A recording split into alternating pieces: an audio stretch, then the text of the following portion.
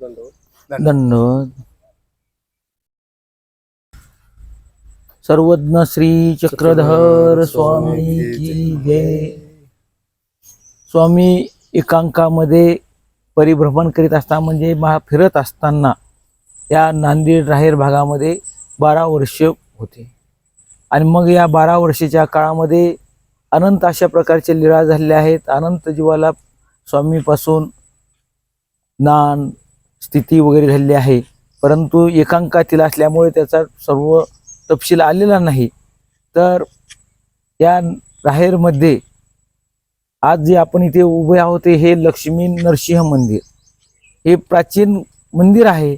आणि या मंदिरातील जो काही गाभारा आहे आसनस्थान हे चौक, या चौकामध्ये स्वामी आसनस्थ असायचे. आणि अशा प्रकारे ते आसनस्थ असल्यामुळे हे आसनस्थान आहे. या व्यतिरिक्त बाकीचे बरेच स्थान आहेत.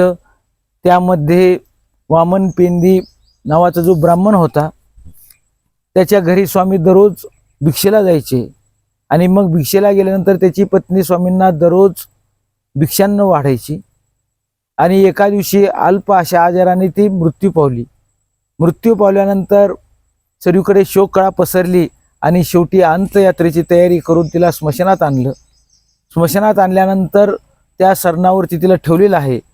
आणि तो वामन पेंदी दुःखाने फार दुःखी झालेला आहे.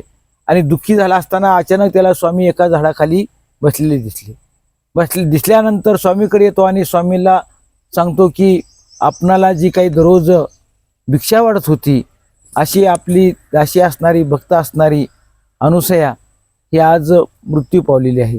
आपल्याला भिक्षा कोण देईल, आपल्या भिक्षेची आता काय व्यवस्था होईल ही मला चिंता पडली. आणि असं त्याने दुःखाने म्हणल्यानंतर स्वामीला त्याची कीव आली आणि स्वामी उठले आणि त्या सरणापाशी आले. आणि आल्यानंतर त्या बाईला म्हणतात, त्या प्रेताला की बाई उठा, आम्हाला एक भिक्षा द्या. भिक्षा द्या म्हणल्याबरोबर ते जसं झोपेतून आपण उठावं अशा प्रकारे ती वामन पेंदीची भारी असणारी पत्नी असणारी उठून बसली आहे. आणि उठून बसल्यावर सर्वाला आनंद झाला. घरी आलेले आहेत, आंघोळ वगैरे घातली. आणि मग आता भिक्षा द्या म्हणल्यामुळे तिने स्वयंपाक वगैरे केला. आणि स्वयंपाक करून स्वामीला भिक्षा वाढायला लागली. भिक्षा वाढत असताना स्वामीने सांगितलं की आम्ही म्हणलो आहोत की आम्हाला एक भिक्षा द्या, म्हणजे आम्ही तुमच्या हाताने एक भिक्षेचा स्वीकार करणार आहोत. आणि एक भिक्षा निर्हेतुक स्वीकार केल्यानंतर परमेश्वराने एक भिक्षे जेवण केल्यानंतर त्याला प्रेम होतं, ते प्रेम लगेच स्वामी देणार होते. आणि मग एका भिक्षेनंतर लगेच पहिला आहे म्हणजे तुम्ही पहिले जे काही मृत्यू पावले होता तशा प्रकारे मृत्यू पावणार. परंतु मृत्यू म्हणजे खऱ्या अर्थाने तो मृत्यू नसून मृत्यूवरती विजय होता, त्यामुळे स्वामींचं प्रेम होणार होतं. परंतु त्या लौकिक अशा प्रकारच्या मृत्यूला घाबरली आणि ती त्या ठिकाणी थांबलेली. आणि मग दुसऱ्यांनी स्वामीला भिक्षा दिली. तर अशा प्रकारची ती वामन पेंदीची भारी असणारी तिला स्वामींनी या ठिकाणी जीवदान दिलेलं आहे. त्याचप्रमाणे पलीकडे हरनाळा म्हणून आहे, त्या ठिकाणी स्वामी एकांकात असताना घनदाट अशा प्रकारचं जंगल आणि त्या जंगलामध्ये त्या जाळीमध्ये एक वाघीण व्यालेली होती. ती वाघीण वेलेली ते पिल्ले तिथे ठेवले आणि काहीतरी आपली शिकार करून ते पिल्लाला आणायची म्हणून ती बाहेर गेली. तेवढ्या स्वामी तिथे आले आणि स्वामी आसनस्थ झाले. आपल्या मांडीवर त्या पिल्लाला घेतलं, काखेमध्ये घेतलं, त्यांना खेळविलं, संबंध दान दिलेलं आहे. आणि मग अशा प्रकारे खेळवीत असताना ती वाघीण येते. आल्यानंतर कोणीतरी पुरुषांनी आपल्या पिल्लाला घेतलं आणि म्हणून ती थोडी स्वामीकडे रागाने पाहते. स्वामींनी कृपादृष्टीने पाहिल्याबरोबर तिचा राग शांत होतो.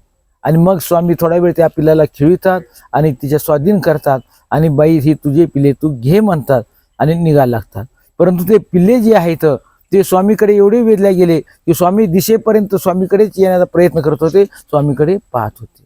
अशा प्रकारे या ठिकाणी लहाशे पिल्ले खेळवणे, त्याचप्रमाणे वामन पेंदीची भार्या जिवंत करणे, या नरसिंहाच्या मंदिरामध्ये आसनस्थान असे वेगवेगळे स्थान या ठिकाणी आहेत.